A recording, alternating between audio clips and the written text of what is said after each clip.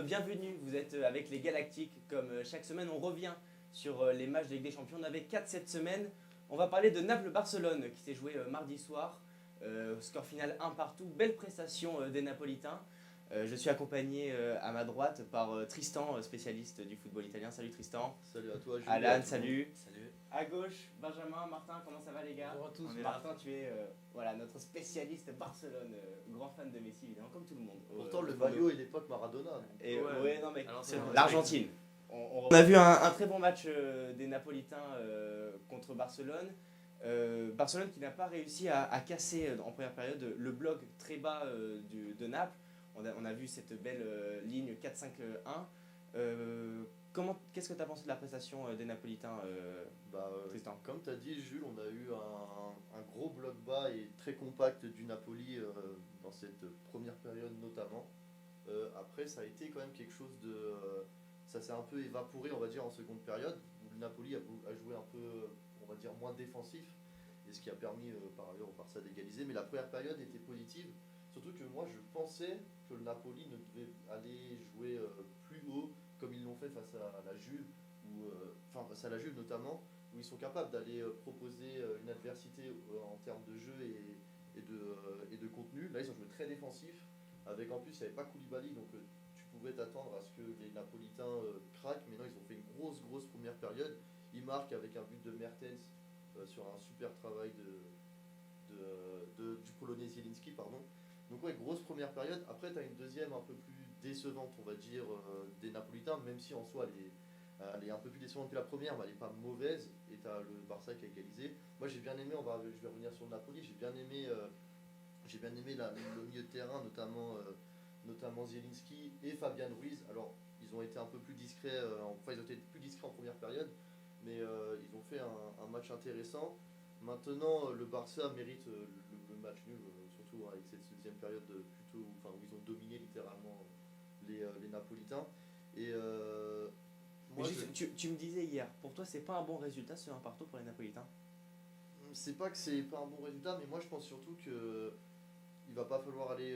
Alors je vais rejoindre ta question d'après, mais je pense qu'il va pas falloir arriver au Camp Nou avec cette philosophie de jeu. Je vais te la poser tout simplement. Comment doit jouer Naples dans ce match retour? Est-ce qu'ils doivent jouer de la même manière qu'ils ont fait en Italie? Moi je pense que non, parce qu'on sait qu'au Camp Nou, ça va être totalement différent. On s'attend que le Barça domine. Il y a juste un détail tout bête, mais le terrain il est plus grand, donc ça facilite la possession. Et le Barça va être beaucoup plus à l'aise et moins, on va dire, va moins être déstabilisé chez eux. Maintenant, le Napoli, on l'a vu, ils sont capables de jouer décomplexé et jouer au ballon. Ils ont les joueurs pour, au milieu de terrain notamment, et même en attaque, c'est des joueurs de ballon. On l'a vu face à Liverpool notamment, où ils peuvent les inquiéter. Mais le Napoli ne doit en aucun cas, je pense, jouer dans la même philosophie. Là, c'est passé. Je vais pas dire que c'était miraculeusement, mais ça a été un peu, on va dire un peu, c'était du direct quoi. Il n'y avait pas vraiment de travail en amont. Napoli n'a pas une ADN d'équipe défensive. Moi, je pense qu'il faut qu'ils jouent décomplexés. Ils n'ont rien à perdre en soi. S'ils perdent au Camp Nou, c'est pas un échec. Et si justement ils jouent au ballon, ils sont capables d'aller vraiment inquiéter le Barça. Je dis peut-être pas forcément gagner. Je ne vais pas rentrer dans une histoire de pronostic, mais ils peuvent aller les inquiéter et ils ont les armes en tout cas pour le faire quoi. En parlant du Barça, Martin, on a vu la composition d'équipe, c'est Rakitic qui était au milieu accompagné de Busquets et de Frenkie de Jong. Quand on voit Riqui Puig, Arthur sur le banc, est-ce qu'il s'est pas un peu trompé sur sa compo, Quique Sétienne? Ouais, exactement. Pour moi, il s'est trompé. J'avais dit donc ici mardi que j'étais content de ce qu'avait apporté Quique Sétienne au Barça parce qu'il a apporté un début en tout cas d'identité de jeu et que c'était très positif. Alors pour Riqui Puig, d'ailleurs on prononce Riqui Puig, c'est un peu tôt, mais en tout cas Arthur, je pense qu'il a clairement les qualités tout simplement de passe, les qualités de projection. Il joue verticalement. Il est largement plus technique par rapport à un Rakitic il apporte rien, il prend aucun risque dans le jeu, il fait que des passes en retrait. De toute façon, moi je fais partie des personnes. Aucune verticalité dans son jeu. Exactement, moi je fais partie des personnes sur Twitter. C'est un peu une secte qui vraiment on mène une croisade contre Ivan Rakitic parce qu'il est sûrement adorable, mais vraiment on n'en peut plus. Vraiment, il faut qu'il parte du club. Bon, après, Quique Sétienne, à son crédit, il a mis 55 minutes à s'en rendre compte. Et une minute après le remplacement de Ivan Rakitic par Arthur. But pour le FC Barcelone de Antoine Griezmann, exactement. Donc voilà, Rakitic, malheureusement, il va jouer au retour, je pense, à mon avis, vu que Sergio Busquets est suspendu, donc Frenkie de Jong va redescendre en 6, enfin logiquement, et Rakitic va jouer, mais c'est catastrophique parce que vraiment il est en dessous de tout. Après, il n'a pas été le seul à être mauvais. Il y a aussi les latéraux, mais pour moi, c'est pas de leur faute, ils sont pas au niveau.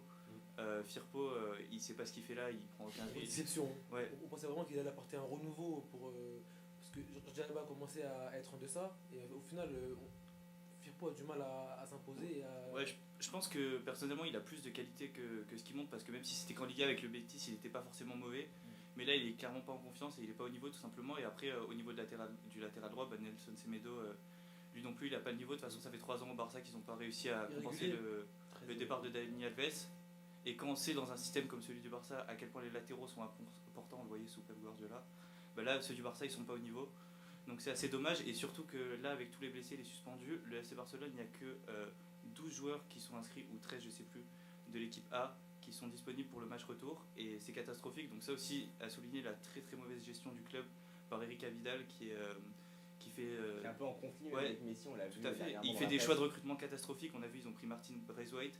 Enfin, de toute façon, depuis Bartomeu, il a une gestion catastrophique du club. Le recrutement, c'est n'importe quoi depuis 3 ans, que ce soit Coutinho, Dembélé. Symbolisé par les départs de Alenia, Todibo et Exactement. Incompréhensible. Exactement. Pour Pérez, vraiment, j'ai pas compris moi. Vraiment. Mais même Alenia qui. Ouais. En sachant que là, ils ont vraiment un manque offensif, Pérez, c'est un très mauvais choix. Non, clairement, ce club, de toute façon, depuis quelques années, surtout depuis. Enfin, pour moi, il y a eu, à partir de 2016, vraiment le départ de Neymar, le départ de Dani Ouais, Alves. c'est Il y a eu un tournant, ils n'ont jamais été remplacés.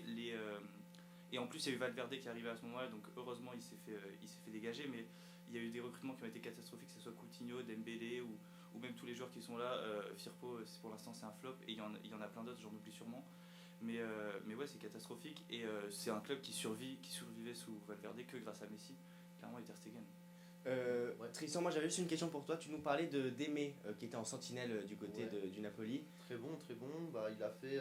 Moi, je le connaissais pas, je vous le dis honnêtement, je connaissais pas le joueur. Il me semble qu'il était remplaçant déjà à Salzbourg ou à Leipzig, ouais. Donc il était remplaçant, il n'était même pas titulaire. Et là, il s'est imposé dans le collectif napolitain. Il fait oublier un peu Alan, qui est en conflit, on le sait, avec la direction du club et notamment où le courant passe pas avec Gattuso. Et franchement, il fait le taf et surtout, il permet à Fabian Ruiz de jouer en face à sa vraie position, c'est-à-dire dans un rôle de relayeur et plus dans un poste offensif. On lui donne une liberté de s'exprimer plutôt que devant la défense, comme l'avait fait malheureusement Gattuso. Mais moi, je pense qu'ils ont une carte à jouer, le Napoli. Tu l'as souligné, moi je trouve que c'est le faible niveau des latéraux du Barça. Il n'y a vraiment aucune activité et ça peut être une possibilité de jouer sur les côtés ou bien même la défense du Barça. Moi j'ai trouvé que le Napoli, sur leurs rares offensives et leurs séquences de domination, ils ont pu les inquiéter, que ce soit par un jeu rapide, court ou long. Et je trouve que la défense du Barça, il y a vraiment une carte à jouer. Si Naples arrive à, entre guillemets, on va dire, jouer son football, la défense du Barça n'est pas non plus, enfin on le sait depuis plusieurs saisons, n'est pas une garantie, une réelle garantie. Donc ouais, il y a moyen de faire quelque chose. Sachant qu'il y aura beaucoup de blessés aussi, vu que Piqué s'est blessé au match aller. Il n'y aura pas Busquets. La défense centrale, ce sera Umtiti l'anglais. Normalement, ça devrait tenir la route. Mais... De gaucher. Moi je voulais juste revenir sur Busquets. On l'a vu, il a fait un très très bon travail sur le but de Griezmann. Il a réussi à trouver la bonne passe dans l'intervalle. Est-ce que le fait qu'il soit, moi je vous pose la question, le fait qu'il soit absent au match retour, est-ce que c'est un point super avantageux pour le Napoli? Avoir Busquets dans son équipe, c'est un plus, quoi. C'est un plus, c'est toujours mieux.